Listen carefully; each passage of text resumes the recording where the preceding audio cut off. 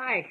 Um, I'm coming to you from my dad's house right now. I'm staying with my dad while while my mom just died. Most of you know that, so I'm staying with my dad and kind of helping him through the transition, and I think he's helping me quite a bit too as well. So anyway, there's a lot going on in my life right now, and it's more than my mom passing. It's some pretty heavy other stuff, and I've through this process, I've really come to a really broken place, And there's a poem I wrote on my wall about, the broken heart. That's all I've got left to give, and I think maybe that's what God wanted all along.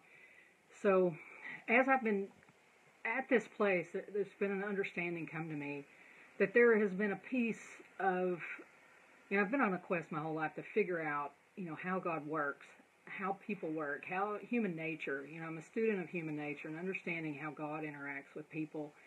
And, and there's a big piece that has been missing, and kind of hit a lot of walls lately, dealt with a lot of loss in multiple areas. And it was obvious to me that I evidently didn't have all the pieces that I needed. And as I've gone through this broken place and dealing with my mom's loss on top of it, it's been,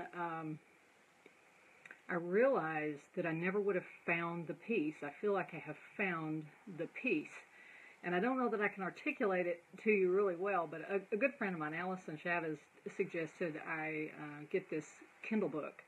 And it's called Open Your Mind to Prosperity. And to be honest with you, I never would have even probably picked up this book because I've studied prosperity for a lot of years. I mentored under Leslie Householder. I've learned tons of stuff.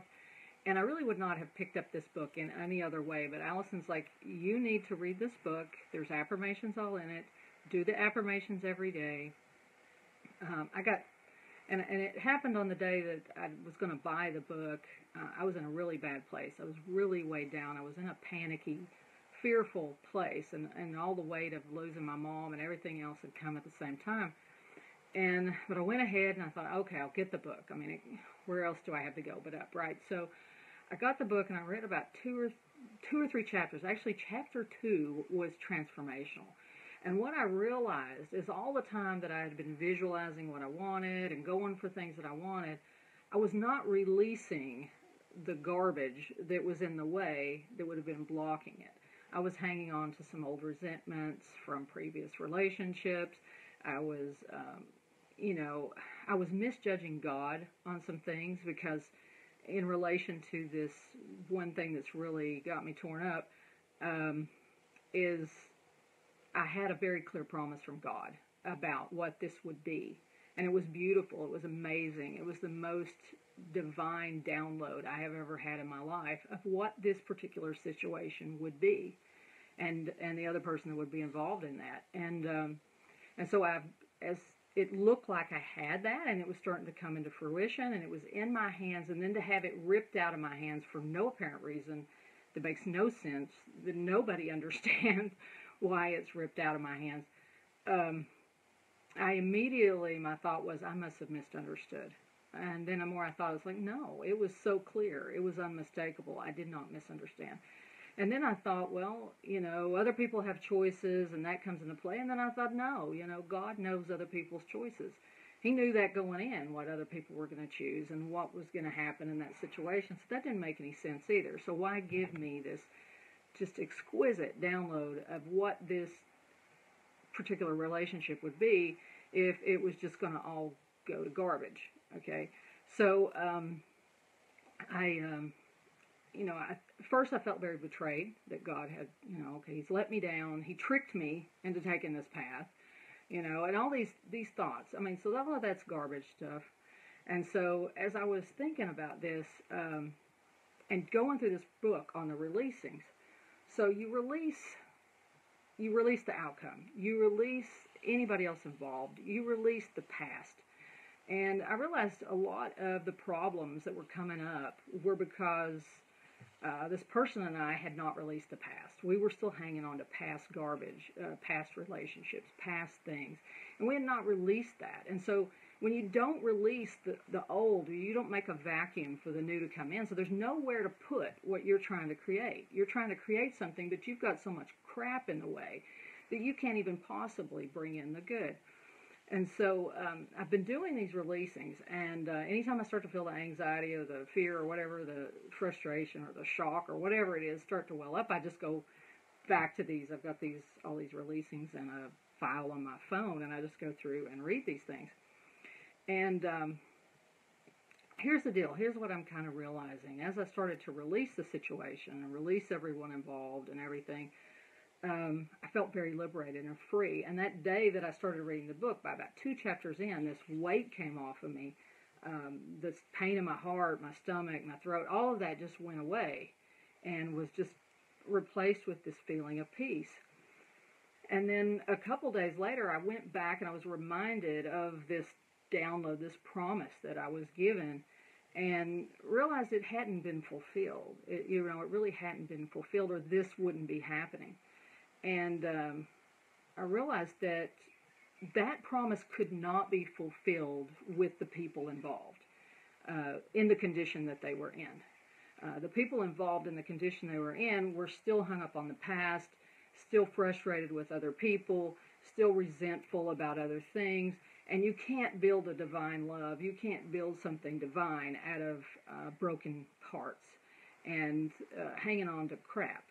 So as I've been just releasing all of this, I'm realizing that this had to be this way. It had to go through what looks like hell to get to what that outcome is. So I'm taking a bold leap here, and I'm having faith in what God told me. Instead of assuming that God tricked me or betrayed me, or that somebody else's freedom of choice has somehow ripped this away, which I don't think God's plans can be frustrated by somebody else's choices.